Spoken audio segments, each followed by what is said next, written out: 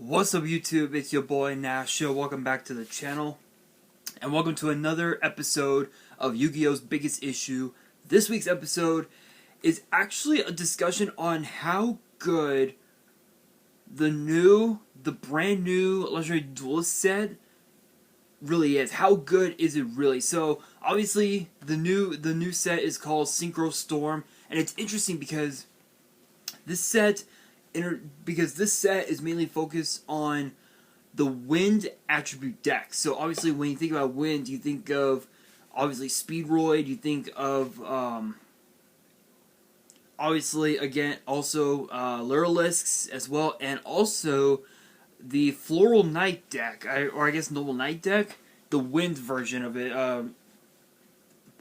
Sherry LeBlanc's deck, if you will, because she uses a lot of wind cards.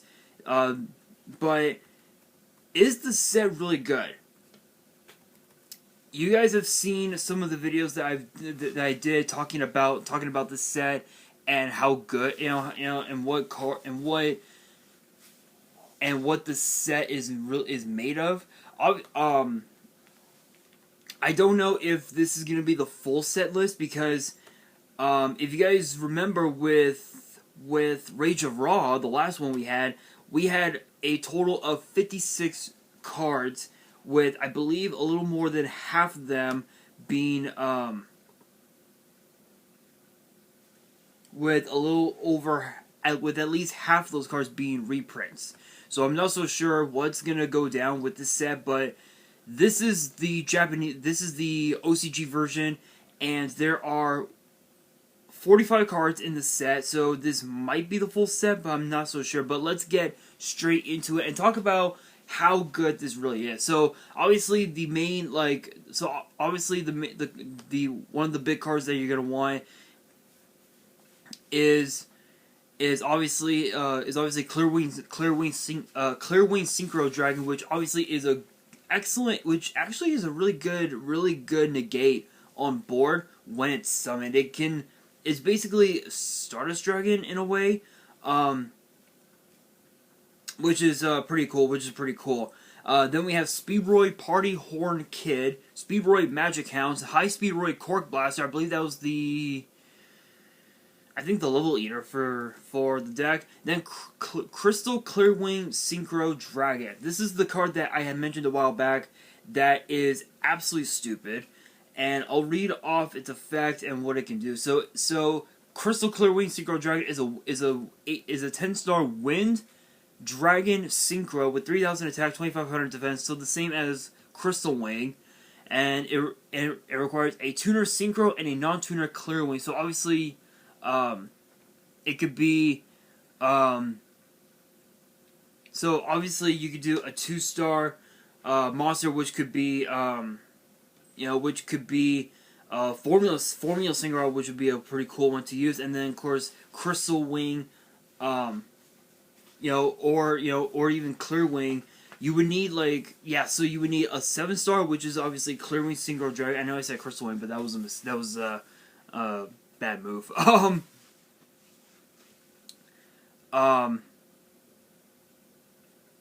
And then you would need a 3-star tuner synchro, which shouldn't be that hard to make. It depends on what deck you're building anyway. But it says once per turn, when your opponent activates a monster effect as a quick effect, you can make this card gain attack equal to opponent's monster's original attack until the end of the turn.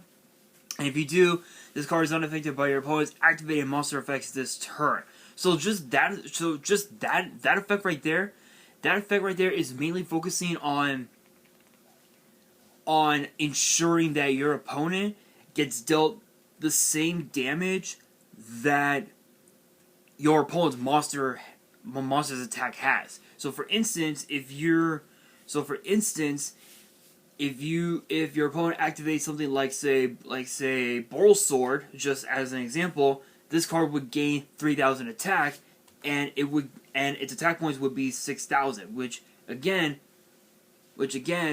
your opponent would be taking 3,000 damage, especially if it's during your turn, which is really good. And also being protected by other by your opponent's card effects. Excuse me. Being unaffected by your opponent's monster effects during that turn. That's pretty good. That's pretty good.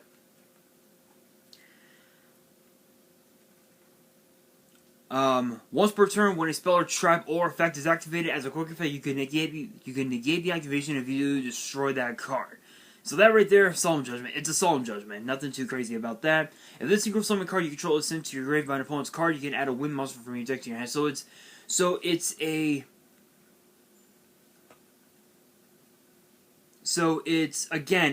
protection, Solemn Judgment, Rhoda. 3 effects in 1. That's broken. That's just too broken. Will it be useful in a Speedroid deck? I don't think so. I really don't. I think this card will probably be used in some form of other decks that can not only make Clearwing Synchro Dragon, but also can make a 3-star tuner monster. Can make a 3-star tuner Synchro, which there's I think there's actually a few of them actually. I don't remember honestly, but that's a pretty good effect. That's a pretty broken effect, to be honest. Absolutely absurd. It's not only a disruption.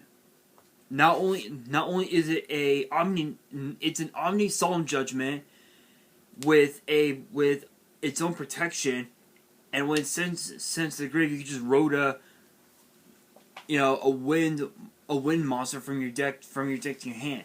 Also, what you can also do is that you can also use this card in Harpies. If you're able to implement a 3-star tuner in a Harpy deck, that's just broken. That right there is just good. It's just absolutely good. I may end up having to do that because I'm actually I'm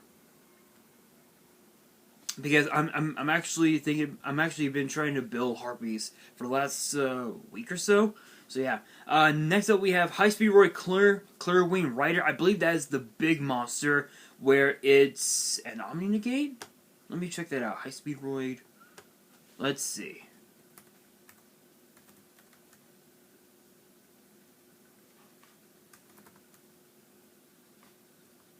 Clearwing Rider. Let's see what you do. I forgot what this card did. Let's see. Let's see here. 11-star Wind Machine Synchro, 3,500 attack, 2,000 defense. A wind tuner and a non-tuner Wind Synchro.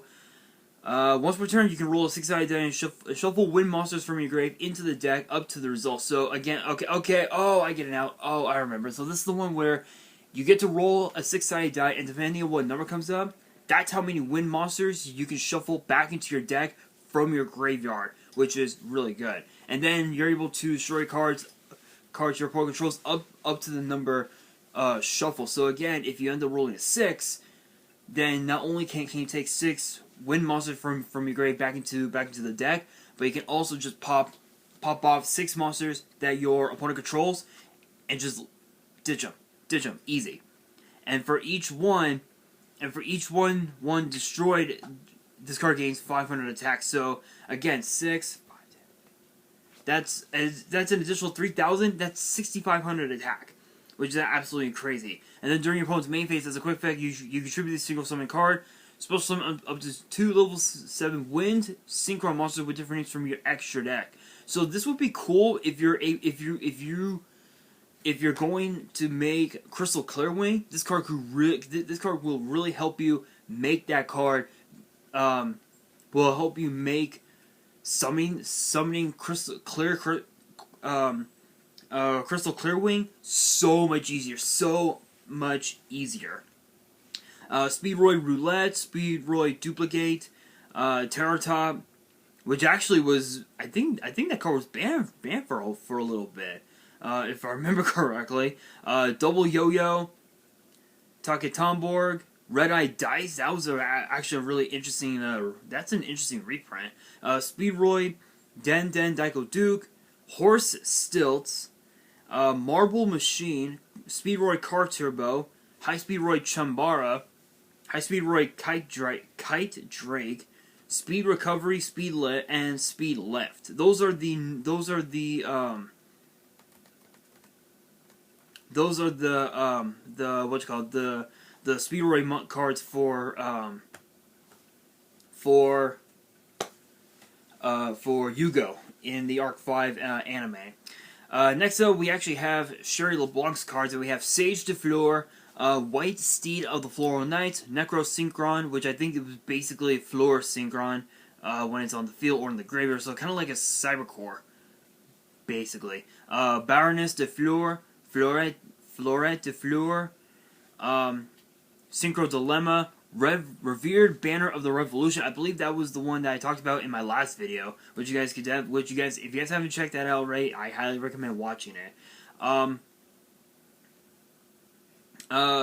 Sorcière de Fleur, Necro Fleur, Noble Knight Joan, Fleur Synchron, Chevalier de Fleur, and also Zone, which honestly, I'm glad that card got I'm glad that card got reprinted, because I believe it was a Shonen Jump promo, if I remember right. So let me see. If I remember right, I believe it was a Shonen Jump promo.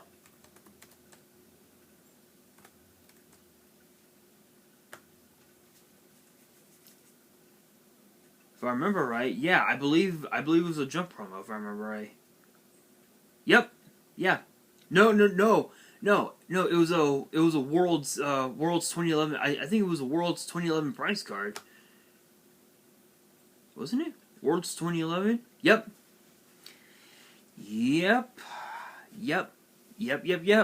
I was correct. Yu-Gi-Oh! 5D's World Championship 2011 over the Nexus promo card. Yeah, so it was part of a Worlds back then, which was fairly interesting. But yeah, I'm glad that card got reprinted, because I think that was the field spell? I believe this is the one where it says where you can add a field spell from your grave to your hand. When this set card is destroyed and sent to the grave, select one continuous field spell in your grave and add it to your hand. So yeah, so it's basically where you can add it to your hand, which is really cool.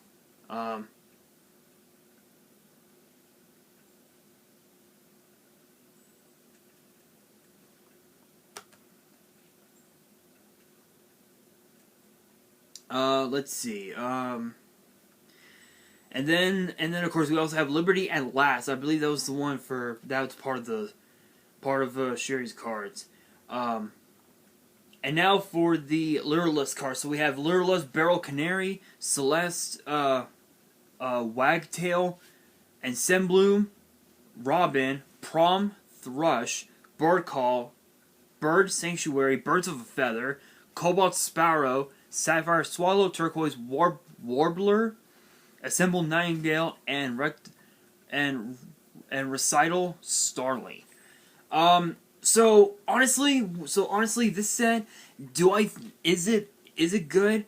As far as like wanting to pull, as far as like the pull rates could potentially be, I really don't think so, because as far as like the meta, the only archetype that's gonna be like really meta will probably have to be Sherry's cards, because of the fact that you have cards like Chevalier de Fleur, Baroness de Fleur, which I believe is a Omni Negate on board. There are just so many ways you can make the deck. I've seen people, if I remember right, I think I saw people use the Noble Knight, used the Noble Knights to embedded with these new cards.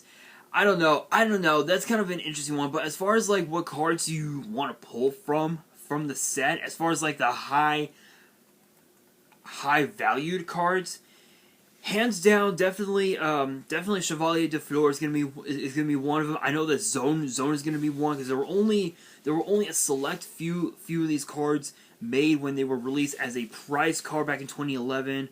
Synchro Dilemma will probably be one. I know the Baroness de Fleur is going to be probably one of the more higher chase cards of the set. Even Crystal Clearwing is going to be another one. So honestly, as far as like whether or not this set is going to be good, honestly, it's hard to tell because we haven't gotten it. We haven't gotten it here in the TCG. But as far as like if it's really going to be good or not, honestly, I honestly don't think so. But that's just my opinion anyway.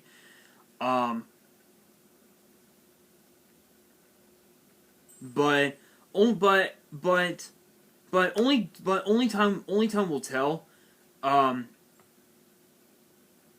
Only time will tell as far as like the rarities go for the TCG. I could definitely see Crystal Clearwing being a ultra rare. Clearwing is definitely probably gonna be the ghost rare of the set, because I know that with Rage of Ra we did get Ra, the Winged Dragon Ra, as the what'd you call it? As the ghost rare. Baroness de Fleur is probably gonna be a ultra rare. The Lureless cards are probably gonna be common, possibly rares. But again, I really don't think this set is gonna be worth it. I would just buy the singles, because that way you'll be able to get everything that you need. So, yeah. So again, I would just buy the singles. The hell with buying the packs. If you're looking to build Lurlisks, I mean they'll probably be easier. It'll again, if you're looking to build Speedroids or even Lurlisks, you're better off just buying the singles, because they're gonna be pretty cheap. As far as the floor deck, again, yeah, you're pretty much just I would just buy the singles, honestly. But as far as like the higher up cards that you're gonna want, Clearwing, Crystal Clearwing, definitely High Speed Roy Clearwing Rider is gonna be one. Baroness de Fleur, Fleurette de Fleur, maybe, and also Chevalier and Zone. Definitely those are the ones you're going to want. But guys, that is going to do it for this episode of Yu-Gi-Oh's Biggest Issue. Let me know in the comments below, which of these three decks are you looking to build the most? Let me know in the comments below, and that is going to do it for this video. Hopefully you guys enjoyed. If you did, make sure you guys smash that thumbs up button if you guys are new to the channel and you guys want more episodes of Yu-Gi-Oh's Biggest Issue, which gets posted every Friday. Make sure you guys subscribe to the channel and hit that notification bell so you guys do not miss out on any new content that comes your way. And be sure to check me out on Twitter and Instagram. All the links will be down in the description. And if you guys have fan mail that you want to send me and want me to open up on the channel, my address will also be in the description as well. And on that, this is your boy Nash, signing out.